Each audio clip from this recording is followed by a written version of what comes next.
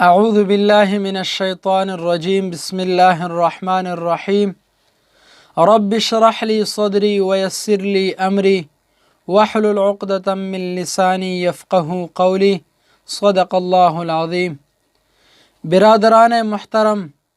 جس طرح آپ لوگ جانتے ہیں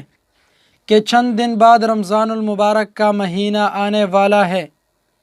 جس کے لیے ہمیں بھرپور تیاری کرنی چاہیے۔ تو آج انشاءاللہ اس تیاری کے بارے میں چند باتیں آپ لوگوں کی خدمت میں پیش کروں گا۔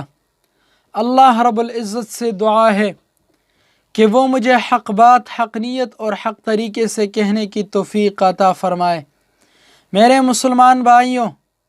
رمضان المبارک ایک عظیم، بابرکت اور رحمت الہی کے نزول کا مہینہ ہے، جس کا ہر ایک ایک لمحہ اور ساعت مبارک اور پرنور ہے، اور خوش نصیب ہے وہ شخص جسے اس ماہ مقدس کے مبارک ساعت نصیب ہو۔ میرے مسلمان بھائیوں، اس ماہ سے پوری طرح فائدہ حاصل کرنے کے لیے ضروری ہے کہ ہم اس سے پہلے تیاری کریں۔ میرے مسلمان بھائیوں، اس ماہ کے لیے تیاری کرنے کے لیے چند باتوں کی ضرورت ہے، یعنی اس کی تیاری کے لیے چند کامیں ہیں کہ وہ ہمیں اس ماہ مقدس کے آنے سے پہلے کرنا ہوگا۔ میرے مسلمان بھائیوں، سب سے پہلے تو ہمیں یہ نیت اور یہ سچی نیت اور پختہ عزم کرنی چاہیے کہ ہم اس ماہ مقدس میں جو بھی نیک عمل کریں گے، جو بھی عبادات کریں گے، اس سے ہمارا مقصد یہ ہوگا کہ ہم اس کے ساتھ اپنے اندر تقوی لائیں گے اور اپنے اندر تقوی پیدا کریں گے۔ اور دوسری بات کہ اس ماہ سے پہلے ہمیں نماز با جماعت ادا کرنے کی عادت بنانی ہوگی۔ میرے مسلمان بھائیو، حدیث شریف میں آیا ہے کہ جو شخص خالص اللہ تعالیٰ کے لیے 40 دن تک با جماعت تکبیر تحریمہ پاتے ہوئے نماز ادا کرے تو اس کے لیے 2 چیزیں، جہنم اور نفاق سے براءت لکھ دی جاتی ہے۔ تو اس اعزاز کو پانے کے لیے ہمیں 20ویں شعبان کے بعد ہر نماز کو باجماعت اور تکبیر تحریمہ پاتے ہوئے ادا کرنا ہوگا، اور رمضان کے آخری دن تک ہمیں ان 40 دن کے تمام نمازوں کو باجماعت اور تکبیر تحریمہ کے ساتھ ادا کرنا ہوگا۔ اور تیسری نمبر پر، اس ماہ مقدس کے آنے سے پہلے ہمیں کثرت تلاوت کا عادت بنانی ہوگی۔ جب بھی رمضان المبارک قریب آتی ہے تو اس سے پہلے ہمیں کثرت تلاوت کا عادت بنانا ہوگا، اور اس سے فائدہ یہ ہوگا کہ ہم جب بھی شعبان سے کثرت تلاوت کا عادت بنائیں گے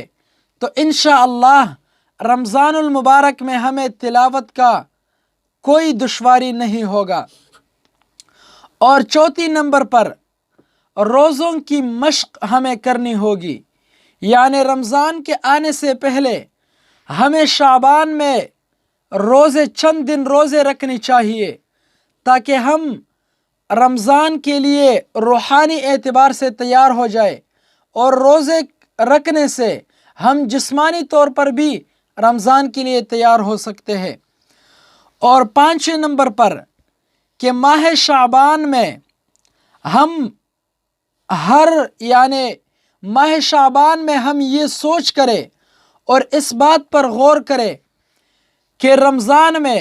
ہمیں کس ٹائم کون سی کام کرنی ہے اور کون سی عبادت کرنی ہے۔ تو اس کا ایک بہترین طریقہ ہے نظام الاوقات، یعنی ٹائم ٹیبل بنانا، کہ ہم رمضان آنے سے پہلے شعبان ہی میں ہم اپنے رمضان کے سارے مہینے کے جتنے بھی کام ہیں ان کے لیے ہم ایک نظام الاوقات بنائیں، اور اس میں ہم اکثر وقت یعنی کاروبار وغیرہ کے علاوہ جو اوقات ہے، اکثر اوقات ہم اپنے عبادات کے لیے لکھ دیں۔ انشاءاللہ اگر ہم ان ساری باتوں پر عمل کریں گے اور ان ساری باتوں کے ساتھ ہم رمضان کے لیے تیاری کریں گے تو انشاءاللہ ہم اس رمضان کو پہلے رمضان سے انشاءاللہ اچھی بنا سکتے ہیں۔ اور ایک اور بات ہے کہ ہم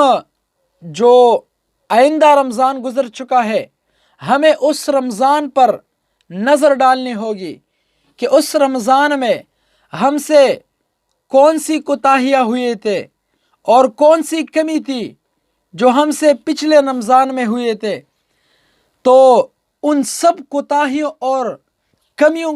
کو جمع کر کے اور ان کو نظر انداز کر کے اس جو آنے والی رمضان ہے اس میں ہمیں ان سب کمیوں کو پورا کرنا ہوگا۔ اور اس رمضان کو ہمیں یہ نیت کرنی چاہیے کہ انشاءاللہ میں اس رمضان کو اگلے رمضان سے بہتر بناؤں گا۔ اللہ رب العزت سے دعا ہے کہ وہ ہمیں اس رمضان کے لیے بھرپور تیاری کرنے کی توفیق عطا فرمائے۔ وآخر دعوانا ان الحمد للہ رب العالمین۔